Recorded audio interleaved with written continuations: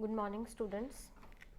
On the last turn, we have finished our chapter of bio or environment. Beside that, I have given project work on the last chapter, and project you have to make on Bhakra Nangal Dam that I have given on Friday, last Friday, and beside that on Saturday, on 17 of October, I have given answers of the worksheet that was based on chapter metals and non-metals. Today we are going to start our next chapter of chemistry, carbon and its compound. As we have done in the last chapter, we have studied about many compounds of importance to us. So in this chapter we will be studying about some more interesting compounds and their properties. Also we shall be learning about carbon, an element which is of immense, very important or immense significance to us in both of its form, elemental and other form in combined form. So we are starting the chapter. Carbon, as you know, it is a unique element and it is a non-metal which exists in nature as both in free state and also in combined state. In free state, it exists as coal, then diamond, graphite, etc. in Earth's crust. It is found in Earth's crust. But in combined form, it is found in many forms, like in atmosphere as carbon dioxide, and its concentration in atmospheric air is 0.02 to 0.03%. Beside that, it also exists in rocks as calcium carbonate or magnesium carbonate. It is also found in fuels, then oils, natural gas, wood, paper, plastic, medicine, dyes, insecticide, etc. Beside that, it also form the parts of living beings or living bodies. In our tissues, it is present. In food that we eat, like sugars, fats, carbohydrates, it is found. It is found in each and everything, and in these things, main constituents that are present in it, when it unite it with hydrogen, nitrogen, oxygen, phosphorus, sulfur, etc. So it is found in many forms in atmosphere, or you can say that it is found in combined state in all these forms that I have discussed earlier. Now on page number 58, one activity is given, activity 4.1, that is in your NCERT book, and it is given in activity. If we take some of the things and make a list of them that we have used or consumed in the morning, and from the list, if we find out the items made up of metal, then things made up of glass or clay or other items, then we will find out the most of the things that we have used are made up of carbon or compounds of carbon.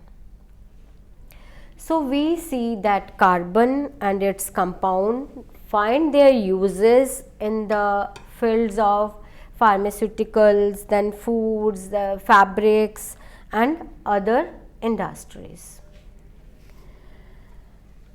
Now, bonding in carbon.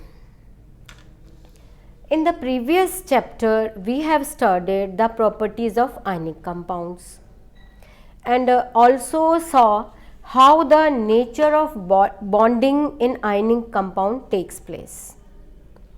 Beside that, in class 9th also, we have learnt about the combining capacity of various elements and how it depends on the number of valence electrons, or we have studied about the valency. Now let us look at the electronic configuration of carbon. Carbon, its atomic number is 6. So, its electronic configuration will be 2, 4. Mean it contain 4 electrons in outermost orbit. If outermost orbit have 4 electrons, mean its outermost shell is incomplete, and each element wants to complete its outermost orbit, as I have discussed earlier. Mean outermost orbit must have 8 electrons. So, it is short of 4 electrons. Because every element want to complete its octet, so it needs 4 more electrons to complete its octet. In case of carbon, if as it has 4 electrons in its outermost shell, and it needs to gain or loss 4 electrons to attain the noble gas configuration. And if it has to gain or loss electron, there could be 2 ways. First, if carbon gains 4 electron, mean if it gains 4 electron to complete its octet like that, then it will have 10 electrons. Mean if it gains 4 electrons, it will have 10 electrons, but its nucleus, as you know, this is nucleus, and nucleus have, because its atomic number is 6, so its nucleus have 6 protons. But now the number of electron has become 10.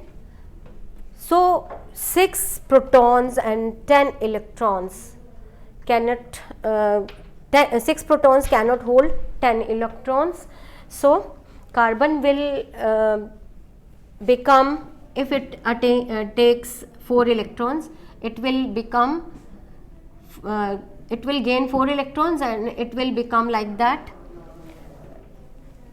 4 anions are there, and when 4 anions are there, then carbon become and now the 6 protons in the nucleus of carbon will not be able to hold 10 electrons. Thus, the anion C4 negative will be unstable. Mean then we can say it will show instability, or it is unstable. Now, this is the first case. Mean if it gain 4 electron, then it will become unstable because of presence of 6 protons and 10 electrons. Now, the second case is if carbon atom losses 4 electron. Mean if losses 4 electron, because mean it will have only one orbit. If it lost 4 electrons, then what will happen? It will have only 2 electrons in outermost orbit, 2 electrons.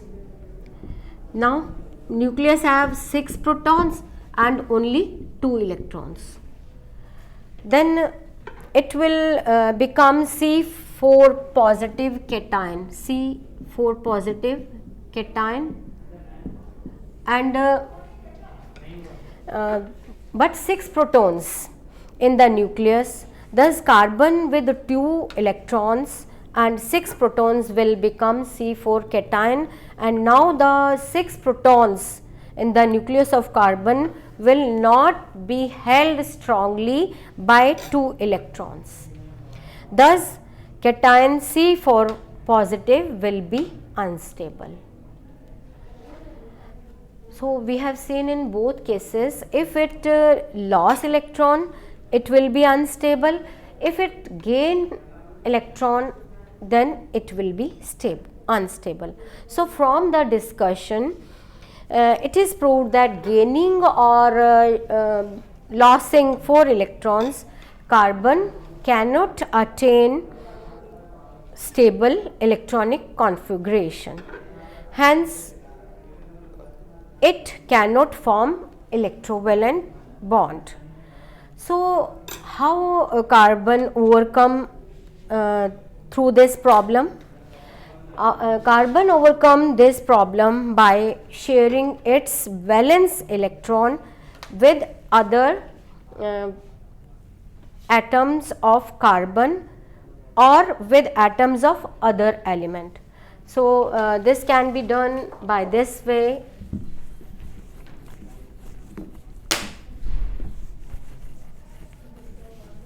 Carbon, it is like that, it has 4 electrons.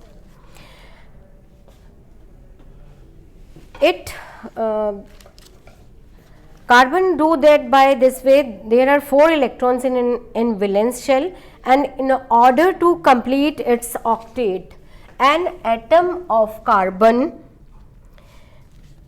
shares its 4 valence shell, it will share like that 4 valence shell with other atoms or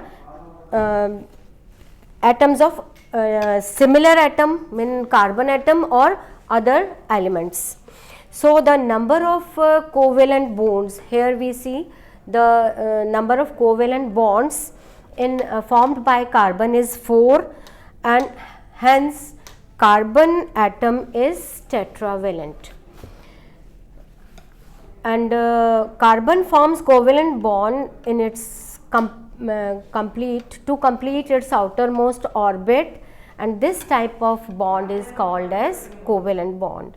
So covalent bond is the bond formed between 2 atoms of the same element or 2 atoms of different elements by sharing of electron, and this type of bond is called as covalent bond, and this type of valency is called as covalency.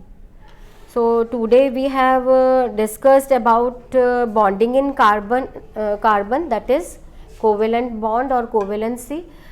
That's all for today. On next turn we will discuss about other features necessary for formation of covalent bond.